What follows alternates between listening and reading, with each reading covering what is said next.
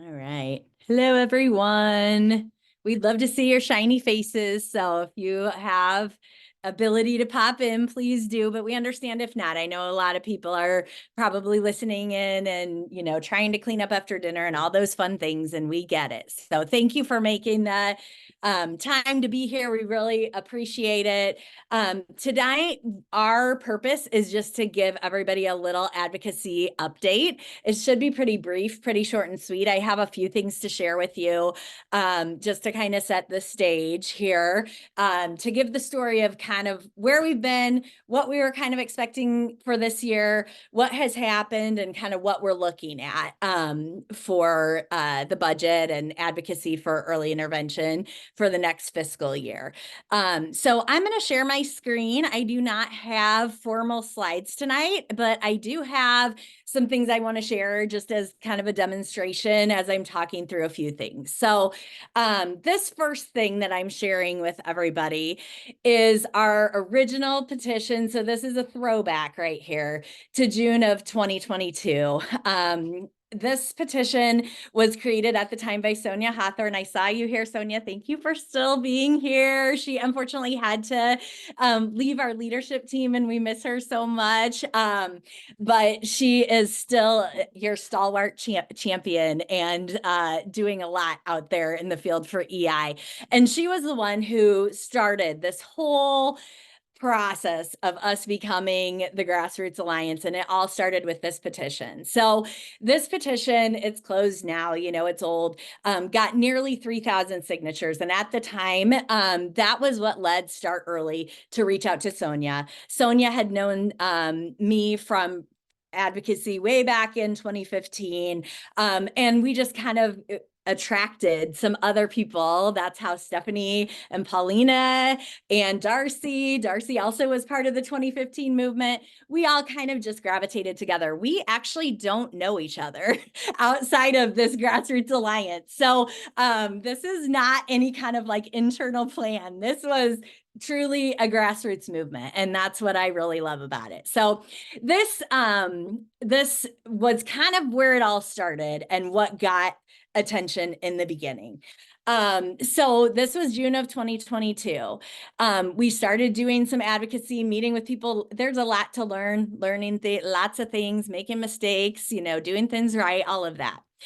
What ended up happening next that was the big thing was February of 2023 last year, Governor Pritzker announced Smart Start. And not everybody is aware of what Smart Start is and how it affected EI. So if you are, I'm sorry, you can tune out for a minute here. I'm just gonna talk a little bit about what it is and how it started. So in the budget address, Governor Pritzker announced the Smart Start plan. He wants his legacy to be improving early childhood in Illinois, and that's birth to 5. So that includes lots of programs. It includes early intervention. It includes early childhood special ed. It includes home visiting. It includes childcare. And the dream here, the vision, is that everything will be under a new early childhood agency. And that is what they are working on. And the outcome that we're looking at is having programs work together and be able to perhaps have like the same intake questions and coordinate intake, make it easier for families, envisioning like if a family has an issue, but maybe they didn't qualify for EI. Well, we as EI would be able to easily transfer them to home visiting or programs that do suit them. So trying to help our communication is the big overarching goal.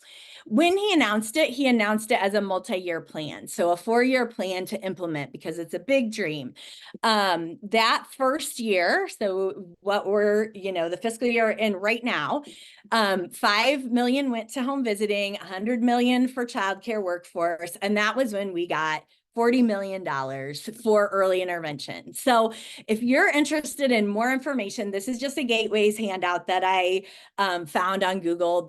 You Google Governor Pritzker Smart Start, tons will come up. You can learn more about it. So since it's a multi-year plan, this was just the first year. And at the end of the handout is talking about how was this going to affect DI. And so it's outright saying here about the bonuses, the incentive bonuses that are largely distributed. I know not everybody, but largely distributed. Keep the hope. You'll get it. And it was also the 10% raise. So at that time, the what was communicated was it was a $40 million increase for early intervention. 20 million of that was to go to the 10% rate increase. That was for service coordinators, it was for providers. So that was the 20 million of it. And then 20 million of it was for program improvements and increased caseloads. And so our expectation was that over the next several years, there would also be further investments in early intervention. I'm going to just show you here this graphic that's on our Facebook page, so you can access it there. This is Governor Pritzker's budget proposal for this fiscal year. Now, things change in between fiscal years. The outlook for Illinois isn't as great as it was a year ago. So things change. And here's the things that he included as part of Smart Start this year. 200 million for early childhood workforce compensation, 75 million for ISB, 36 million for childcare assistance, 13 million to make the new early childhood agency, and then 6 million for early intervention. And they called it a maintenance budget. And the idea is that 6 million will go towards increased caseloads for the program. So we all know there's more kids needing EI, and that is what that 6 million is for. So we all, as a grassroots team, found this out with you all last Wednesday. It's only been a week. It was very much a surprise to us that there wasn't going to be funding earmarked for continued program growth to help with pay raises for, providers, service coordinators, the whole gambit. When we have done our surveys through Grassroots, we have consistently found that providers are staying in the program. They love early intervention. They love the families, but a lot of why they stayed is because they see that change is coming. We got that bigger increase. And even though we got the 10% increase that helped people stay, it wasn't enough to attract new providers because the pay rate is still not sufficient for that. So our concern as Grassroots is what is going to happen in that year in between if there are no pay raises for the components of the system. And really, the reason we're in this, the core of what we're fighting for is families. If we don't pay providers more and we can't attract and retain providers, we can't serve families, wait lists will get longer. If that is just the reality of what we kind of see coming here. So as far as the budget process, the first thing is the governor's address. So that part has happened. There's now 10 to 12 weeks in between here, where our job is to get the legislators and Governor Pritzker to understand what the consequence may be if we aren't able to have a larger budget and do something to help retain the providers we have, if not enough to bring new providers in. And so that is what we're facing. It's a battle we weren't quite prepared for, to be honest. I think everybody thought that we would be on a different playing field here, and it feels like we're behind the 8 ball. So it's not a done deal, but we're behind where we were last year. As a grassroots committee, as a grassroots organization, all of our time has been volunteer to this point, and we have learned so much. I'm going to pull up, this is our fundraiser, because we are at a point where in order for us to do a lot of hours and hours of advocacy work to push for what we know needs to happen for the next fiscal year. We aren't able to do that amount as a volunteer kind of thing. This, if you look at the GoFundMe, you can see a great list here of the many things that we have been doing to help, elevate this issue, help elevate the program, help give a voice to providers in many ways, and a voice to families who aren't getting their services. So when you look at this list, just to give you an idea of the kind of time that is being put in, we're in probably 4 or 5 months of the year, we're having to meet at least weekly. Those are the, hardcore times, like right now, when the budget is in process. It's a little bit less intense in the summer, but this is kind of the push time. We are meeting quarterly with DHS, with Benny as the bureau chief, to try to discuss what the situation is on the ground and give some perspective to them. We're meeting with other advocacy groups. We're meeting with IDTA. We are talking to legislators, trying to figure out what's the most effective message, trying to communicate that out to providers and find a rallying point for all of us. We are helping with researching data from other states, trying to figure out, like, how could our program be better? What are other states offering? We spent a lot of time doing that and creating a handout to help educate legislators. We're a very small niche program. A lot of people don't have any idea what early intervention is. There, it has to be kind of a structure and a scaffold for helping them understand that. And that's what we've been trying to put together. We've done multiple surveys. We've collected all the results. We've shared those with DHS, shared those even with some of the study that was done by Ted Burke, had used some of our information. And so trying to get that data that doesn't exist very well in terms of what's going on in EI with the providers. We are doing social media outreach. We're trying to figure out, the best ways to communicate with people, mass emails, holding meetings like this to help get the word out. We're outreaching to media. I don't know if everyone saw the AP article that we participated in, and we did a lot of other media outreach. That has been a struggle. So if you have media contacts, come, let us know. We went to Advocacy Day last year. Last year, I took the day off and went to Springfield and testified. Those are just some of the things that we're doing. We're talking to Start Early, which is a professional advocacy agency that's advocating for early intervention, but also just all of early childhood. So all of that communication is a lot of time and effort, and we can't put as much as we would like to put towards this. We have so many ideas and would love to, but aren't able to. So we have this GoFundMe. We would love if you share it. We want to vocalize that we're providers too, and we are doing the work on the ground too, and we know that it's a lot. Unfortunately, we're also the ones closest to the work. And so we're the ones who know the most about it as EI providers and know how much it helps and how pivotal this program is and what the consequences are when it's not working well. Like right now, when we have thousands of kids waiting for those services who end up in school farther behind than they should be because they didn't get early intervention. So here is our fundraiser. If you have the means, we thank you. But what we would love to ask you to do is share this out to your networks to see if there is maybe other people who have the means. We get it, providers. All right, change.org. We have, let's see, oops, there it is. This is our new petition, okay? So this is the reason that I started off with the old petition. The old petition's where it all began for us. Here's our new petition. Our goal for this petition is to get 5,000 signatures. We, 2 years ago, almost 2 years ago, got 3,000 signatures.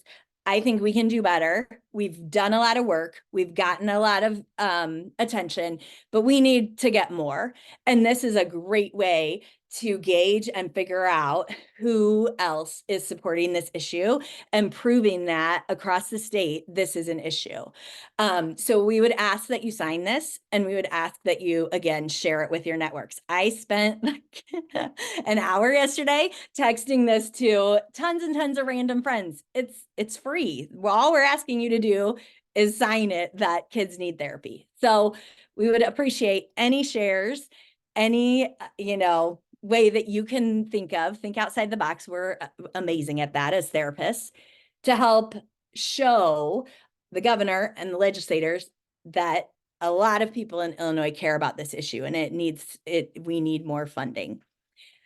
That is what I have for you. The next part is going to be led by Darcy, and Darcy is going to talk about some of the ideas that we have, some of the things that we would love to do next if we can find the support to do it.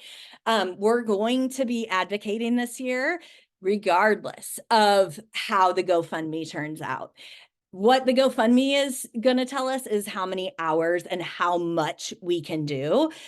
So that's what we're watching that for. We're watching that to see, let's give it a week and see. And then we'll be able to tell you a better plan of what we would like to do, because we'll know more of the time that we have to do that. So I am handing this over to Darcy. I will stop sharing my screen. Thank you so much, Sarah. That was a lot of information. So hopefully you all were able to soak that in. But we're really excited. We have a lot of ideas. We've done a lot of meeting and chatting around how we want to address this. And there's historical references, and Jonathan would be the best of giving specific dates as to when, this occurred. But in the past, it has happened where EI was slated to get very little to no money, and we were able to eke more out of the budget. So we can do this. We don't know where we will end up, but we want to get enough that we can ask for another raise, that we can slate it for a raise, because we know we all can't wait another year and a half to get anything done. And, we need some relief now, So in the link, in the messages, I dropped a link for a letter of resignation template. This is for those people who are leaving the program. If you have a therapist who you're working with who says, hey, I'm giving my caseload back, there was actually just a post in Illinois EI providers page about someone leaving and asking DTs to actually pick up her case, I think in Berwyn. And, I dropped her this link, and we're just asking people to share their reasons and an actual letter of resignation with DHS, with the governor's office, if you feel comfortable doing so, with provider connections. Because the thing is there is no way to track in real time providers leaving. It takes a whole year without a caseload for your credential to go inactive. So we have no real time tracking system for this. And so this would be impactful. It's just a template. So if you are someone who is leaving, or if you know people who are leaving, feel free to edit and adjust, copy and paste into your own document, because everyone's reasons are going to be a little bit different. Someone, it might be straight up pay. Someone else, it might be no time off. Someone else, it might be, health insurance. There's a lot of reasons why people are leaving the system right now, inconsistent caseloads, cancellations, whatever it is. So feel free to take this, and it's a jumping point, and make the changes that you need. Some other ideas that we have talked about is perhaps like a walkout rally day where we go to Daily Plaza. We would like to get more people down to Springfield again for Early Childhood Advocacy Day and start early. I believe you guys have already put out the registration for that. I think I saw it come through in my email just the other day. So we have a lot of ideas, and if we get the opportunity to testify again at Springfield, last year Sarah said she was the one, that was able to do that, and actually sit down outside of Early Childhood Advocacy Day and testify to our legislators. We would love, and we would have these ideas of bringing in just a huge box of letters of like, if I don't get a raise or pay for cancellations, like this is what it means to me. And the thing is, like, we could use those letters and read some of them perhaps, and then just that visual of this huge box of letters of like, I want to stay in the system, but I can only do it for so long if these needs aren't met, because we all have needs. We all have our own families and we all have our needs, and those are important too. Like, we can't take care of our EI families if we can't take care of ourselves. So this is all to say, like, we need you. We need a lot of engagement from each and every one of you, sharing out our posts, sharing our change.org. And honestly, there's 4,000 EI providers. I know we're all here because we don't make enough money. So we're not asking people to give, thousands of dollars of their own, but $5 from 4,000 EI providers would be a lot of money. And we could probably, what we want to do is we want to give scholarships to some families, because having families at Early Childhood Advocacy Day, that's expensive for them too, but we would love to get that visual of getting families down there, because that is more impactful. And we saw back at the 2015 rally, we had so much family involvement that year. Parents were there at the rally. They were there in Daily Plaza. They were sharing their stories. We need that again. And we didn't have that last year, but we were starting off on a much better foot. So now this is like full court press time. If you know basketball, we're all in, but we really need your help. So this is kind of like our roadmap that we've chatted about so far. And we're open to everyone else's ideas. We do need help to get access to more families. So if anyone knows families who might want to share stories or be a part, start thinking about that. We all know the families that probably wouldn't want to. And then there are the families that have been, that are sometimes just vocal from the start and are like, listen, like, if I can talk to someone about this program has meant so much. Like, this wait list was terrible. I'm so mad about it. Any and all of that is always impactful and helpful. So those are some ideas we want you to be thinking about. Keep in mind, and then also keep a lookout. We would like to do call-in days again, where we choose a day of the week. So keep an eye out for a post about that, and call in your legislator, because they do track how often they hear about support for a certain program. So if they're hearing from 20 people, your legislators hearing from 20 people, that we're asking for more money for EI, we're asking for you to be helpful here and support it. That's stuff that sticks with them. They see those numbers, and if they don't hear from us, they're like, yeah, why would I give you more than the 6 million that the governor is asking for? I've never heard of it. Nobody's talking to me about it. Fine. So, we just, we want to reach out. We want to hold your hand and ask for you to partner in this with us. And, let's get this done for us and the families that we serve, because without us, we can't serve families. Yeah. So that's all we have for you tonight. Really very short and sweet. Our 2 asks: share and sign the petition, and share the GoFundMe, and we'll see. Really, we're watching to see what kind of support we can drum up, and then we'll be figuring out a plan, and we'll be getting back to you about it. And we are so thankful for everyone coming today. So enjoy the rest of your evening. You can always message us through Facebook or send an email anytime. So otherwise, have a good night, guys. Sarah, do you want to pause for a second if anybody has any questions that they want answered at this time? I don't feel like we're in a good place for that. Okay, I just know Jonathan's on in case there's anything that we can help to answer. I guess saw one there are question specific, around legislation. If it's legislation questions, yes, Jonathan's here. We could have that discussion. There's a question from Deborah asking, does anyone know the House bill numbers related to increased funding for special ed workforce? Hey everybody, it's Jonathan from Start Early. I will look for those specific bill numbers, Deborah, and get that back to Sarah and company. We are planning this week to file some appropriation bills that represent a bunch of funding requests for the early childhood system, including the $40 million for EI. And I will promise you, we've already been talking to General Assembly members about the need to put more money into the budget for the early intervention program this year, and the need to increase rates again.